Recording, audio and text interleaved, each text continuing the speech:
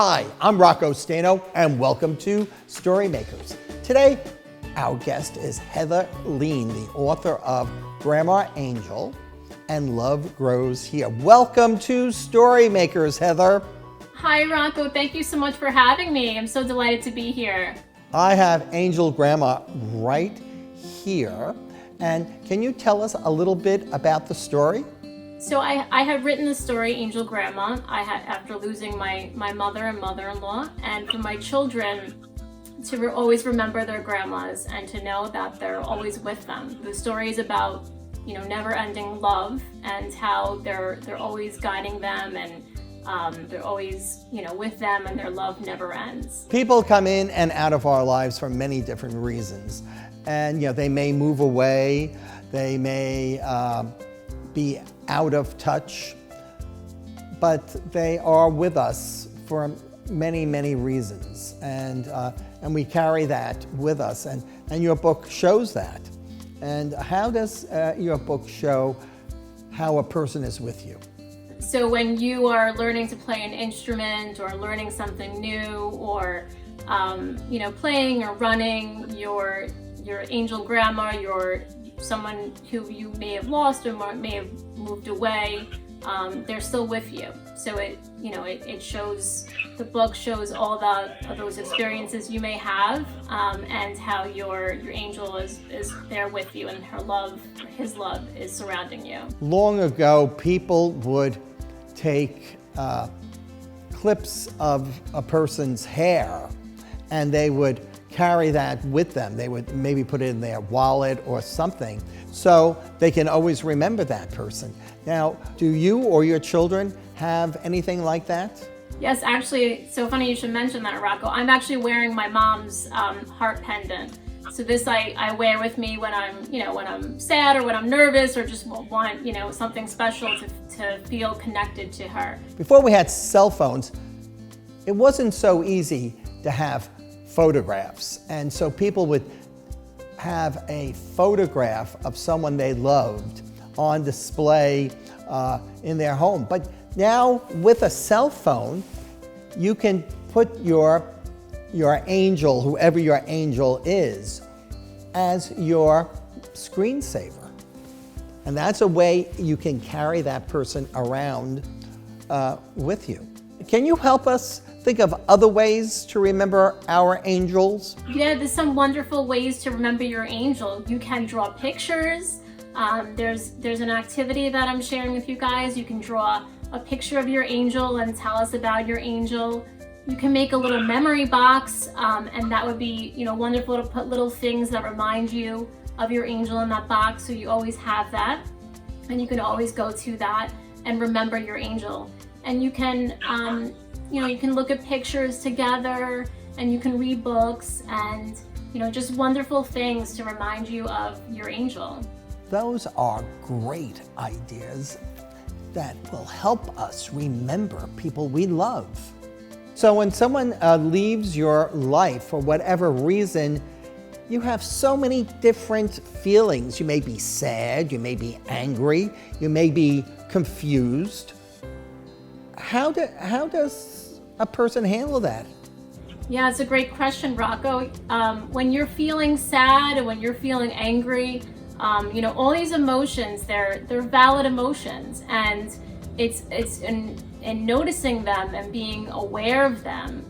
And we can say, oh, I see that you're feeling sad right now, and that's okay. It's okay to feel sad. Do you have any things we can do to help us?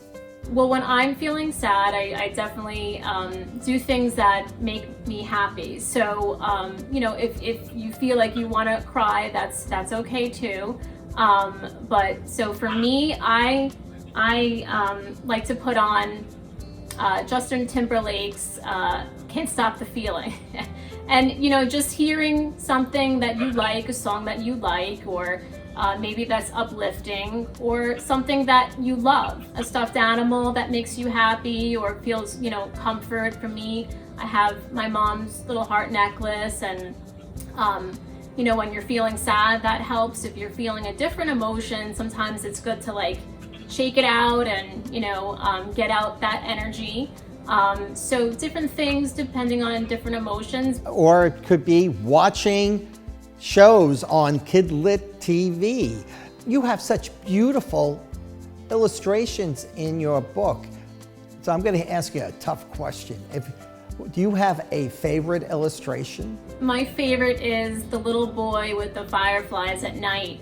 It just reminds me of, childhood and the wonders and just how love is always around us. Yes, and who is the illustrator of the book? Steve Dasguptas. They are beautiful illustrations, but this isn't your only book. You have another book, Love Grows Here. Tell us about that.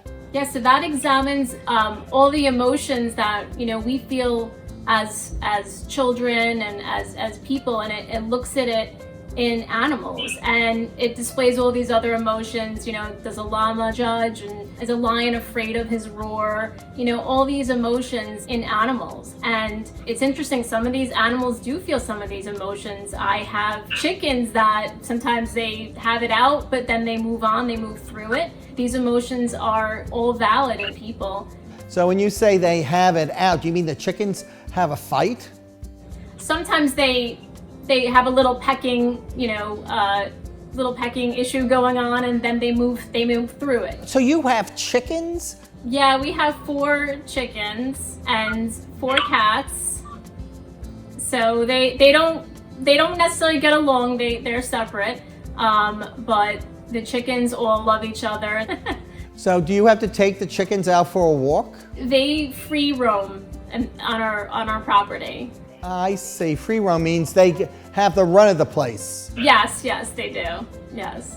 Can you introduce us to one of your chickens? Yeah, let me go get Sweet Pea. I'll be right back.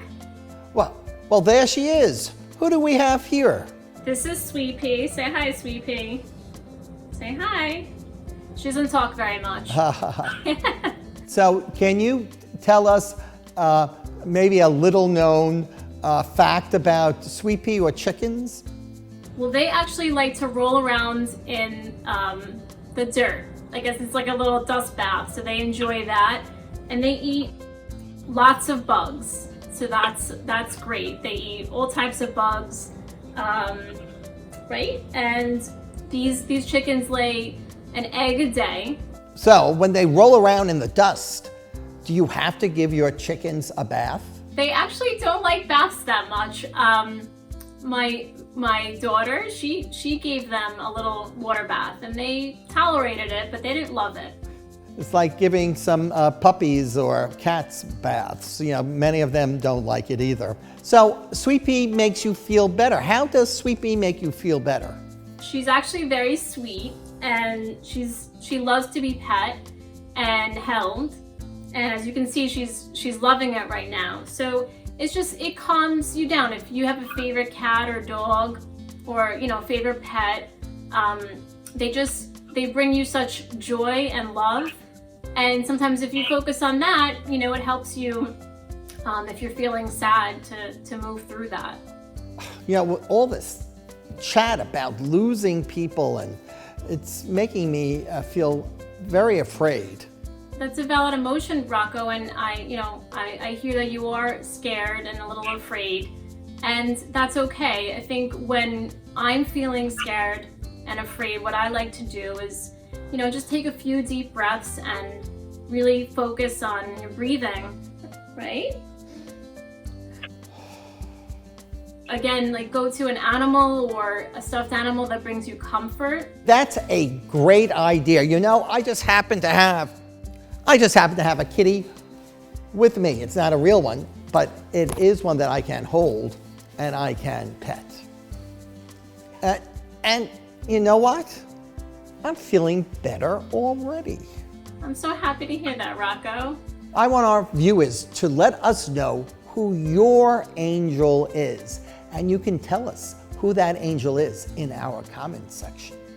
Heather, I want to thank you and Sweet Pea for joining us today on StoryMakers. Thank you so much, Rocco. We were so excited to be here, right, Sweet Pea?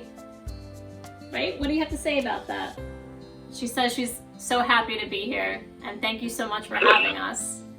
And remember, until next time, read a book in any format.